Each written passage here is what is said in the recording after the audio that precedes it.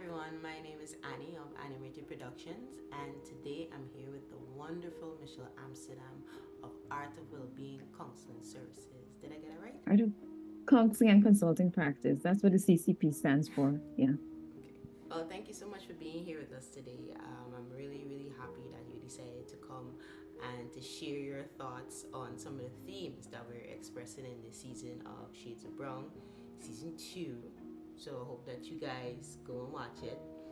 This season we heavily focused on themes of sexual assault and sexual misconduct, whether it be in family, in romantic relationships, or even in the church. We wanted to Mm. delve into those issues, and I was just wondering, from a professional standpoint, what would you define assault as? Mm. Okay, so Annie, first, thanks for having me. I'm excited to be here. As it relates to sexual assault, that has to do with anything related to touching or um, showing someone pornography or mostly fondling, touching. Rape and sexual assault are different. Rape is penetration. Sexual assault relates to touching or making someone feel uncomfortable or, doing anything in a sexual way that the person has not given consent for. But it's not penetration, right? It can be touching, fondling. Yeah. Okay. Well, in your Mhm. professional opinion, can somebody be assaulted and not know? Yes, they can, right? If someone interacts with you in a way that makes you feel uncomfortable, says something, or maybe does something like rubbing themselves or showing you images of sexual content, anything that makes you feel uncomfortable of a sexual nature, um, is assault. And even though it might seem like, okay, this person is not, let's say the person is showing you pornography, but you're uncomfortable with that, right?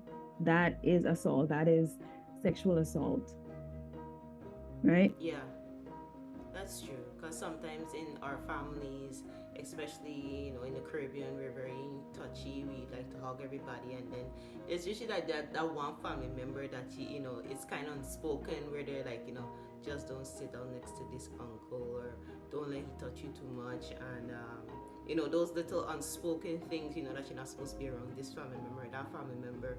So there must be a reason why, and when we let these things slide, we don't really notice that, hey, this person can potentially hurt you, but you just like let things go because, oh, this is your family, oh, this person is your family.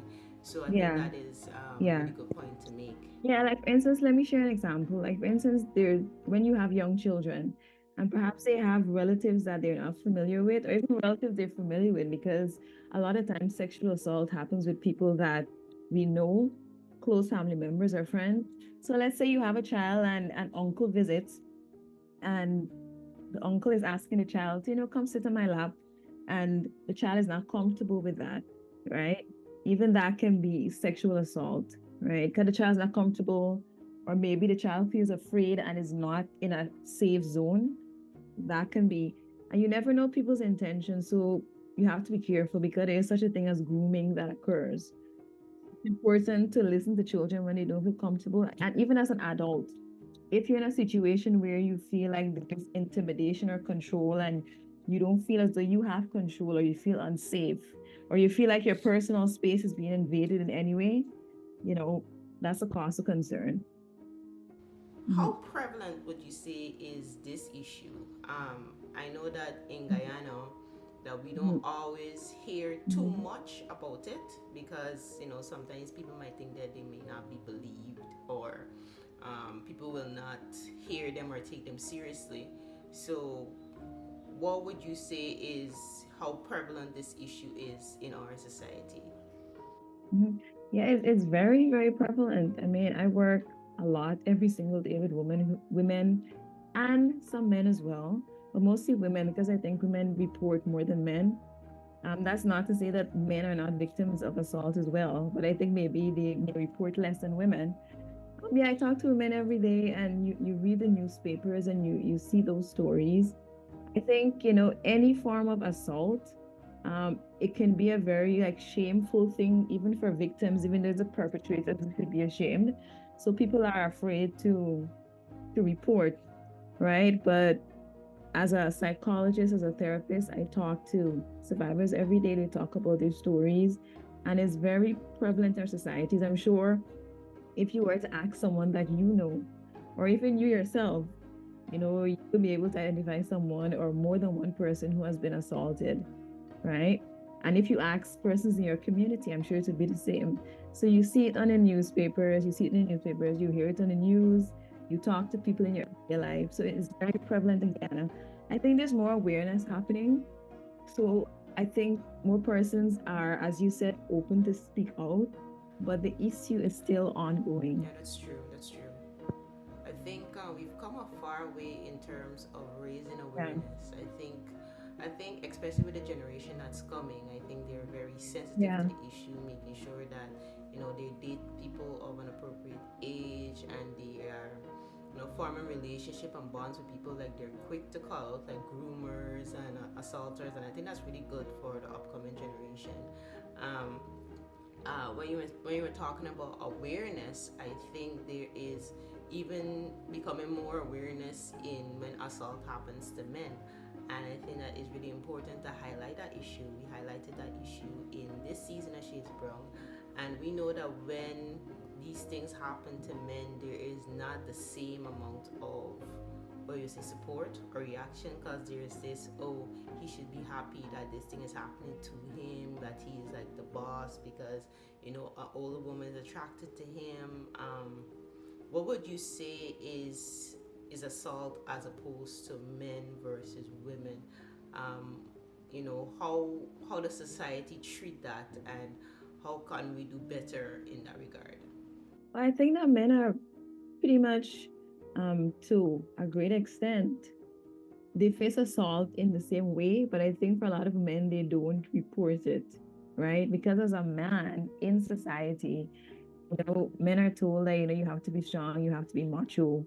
And especially if the assault is happening by like another man or a man in a position of power, right? And for a man who's like a heterosexual, he's not going to, want to report that, right? So men as well feel intimidated, like in the workplace, on their jobs. And there are instances where, there's an imbalance of power. I think one of the difference may be an imbalance of power, right? Or where the person is in a position where perhaps the male needs the perpetrator, right? So it's like, okay, I am holding this power imbalance over you, and I'm going to coerce you or force you into doing this. But I think one of the differences is that a lot of men don't report or talk about these things. More women would open up and talk about it, but for men, I think there's like a shroud of secrecy, even though they do experience it, you know as women do, especially for younger guys, where there's an older woman. I think with a more mature man, there is less of an imbalance of power, right? But if there is, maybe the female perpetrator is holding something against them or has something that they need, then that's a different situation. But for younger guys, yes, what you said, that is true. There are instances where um, men are assaulted by women, and because of the fact that in society, being with a woman, that's a desired thing, right? You shouldn't talk about that, man, because you're a guy. If that happened to you, so what? That's not assault, right? Yeah, and I guess for a lot of younger guys, even hearing that in society might cause them to think, what, maybe this wasn't something wrong. Maybe this is normal, and this is okay, but it's really not, right? So even in cases like that, assault happens, it happens to men, and it's not right. It's not legal. So yeah, it's not more it's wrong morally and legally, Yeah. right? Yeah, it is really prevalent in our society, and I think that we have gone a far Mm. way